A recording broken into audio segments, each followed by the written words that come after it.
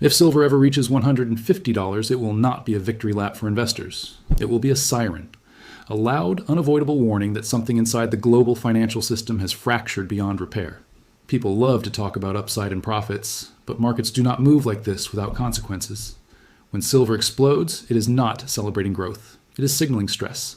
And right now, the signals coming from banks, ETFs, and futures markets are not just unusual. They are dangerous. Most people are not prepared for what a $150 silver price would actually mean. They imagine charts going up and portfolios growing, but they do not see what happens behind the scenes. They do not see balance sheets cracking, promises failing, and paper systems colliding with physical reality. If silver reaches that level, the question will not be who made money. The question will be which institutions survive. Before we go deeper, take 1 second to like this video and subscribe to The Silent Collapse. This channel exists to break down financial stories that are too uncomfortable for mainstream media to explain honestly. Subscribing now means you see the warning signs early, not after the damage is already done. Now let's talk about why silver is different. Silver is not just an investment metal. It is a critical industrial resource. It is money, energy, technology, and defense wrapped into one. It is money, energy, technology, and defense wrapped into one. It is money, energy, technology, and defense wrapped into one. Every solar panel, electric vehicle, data center, medical device, and military system depends on silver. Unlike stocks or bonds, silver cannot be printed. It must be mined, refined, and physically delivered. And that is where the problem begins. For years, the silver market has been operating on an illusion. On paper, there is plenty of silver. In reality, there is not.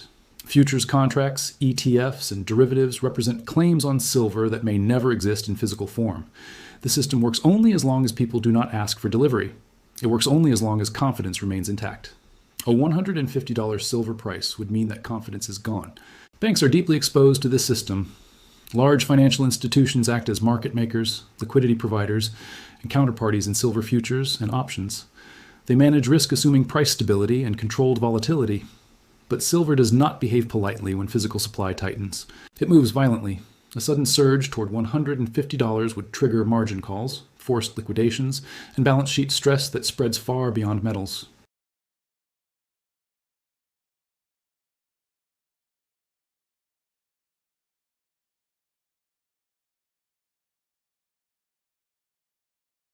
ETFs are even more vulnerable.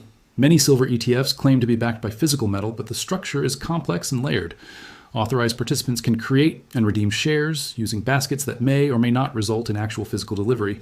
In a normal market, this is invisible. In a stressed market, it becomes a liability. If investors demand physical silver exposure instead of paper exposure, ETFs face a problem they cannot hedge with accounting tricks.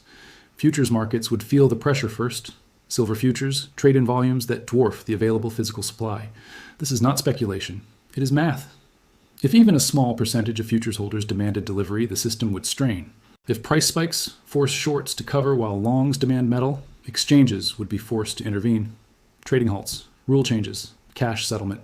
These are not theories, they are historical precedents. And that is why a $150 silver price would not be orderly. It would be chaotic. It would not rise because everyone agrees silver is valuable. It would rise because the system can no longer suppress reality.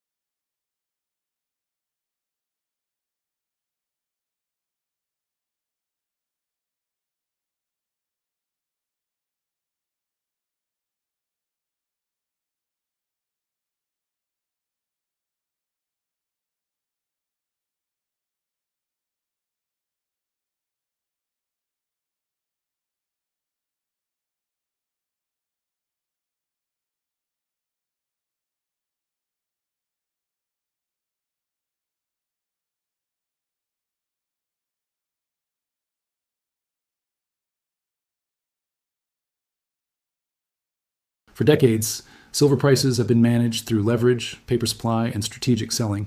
This kept industrial costs low, protected currencies, and prevented inflation signals from becoming too obvious. But suppression has a cost. It builds pressure, and pressure does not disappear, it releases. Insiders know this. Commodity traders, hedge funds, and institutional players watch inventory levels closely. They see registered stocks shrinking. They see delivery delays. They see rising lease rates and backwardation signals that most retail investors never notice. These are not bullish signals. They are stress signals. A silver price at $150 would force banks to reprice risk overnight. Derivatives tied to silver would suddenly behave in unpredictable ways. Counterparties would question solvency. Liquidity would dry up exactly when it is needed most. And when liquidity disappears, trust follows.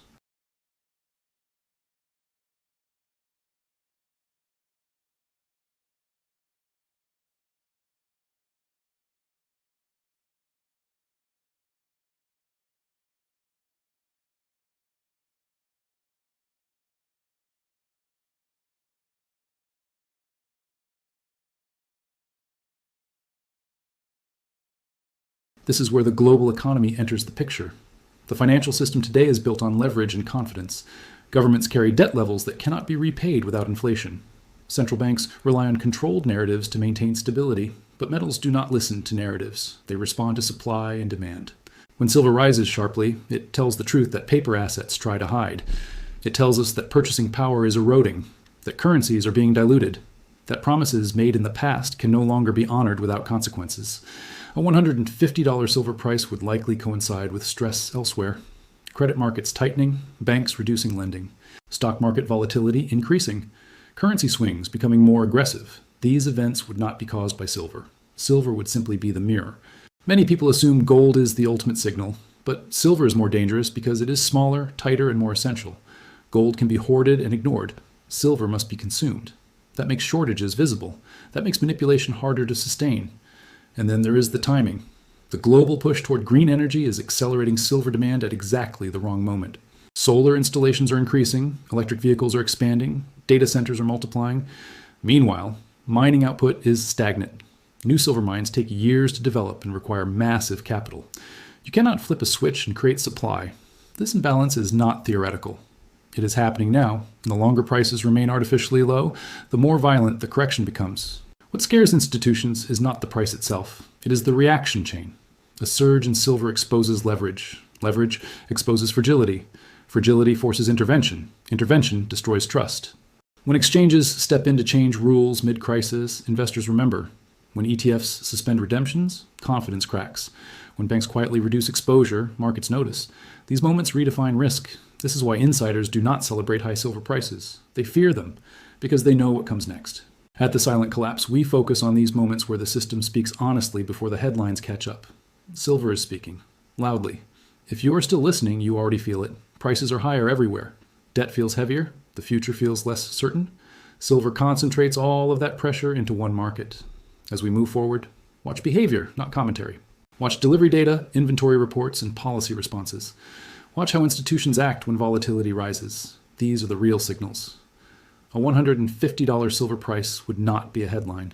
It would be a stress test the system was never designed to pass. And when that moment arrives, people will ask how it happened so fast. The truth is, it did not. It was building quietly for years.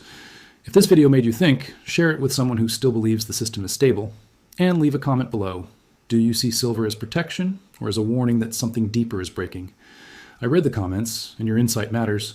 This is the Silent Collapse. Stay aware. Stay ahead.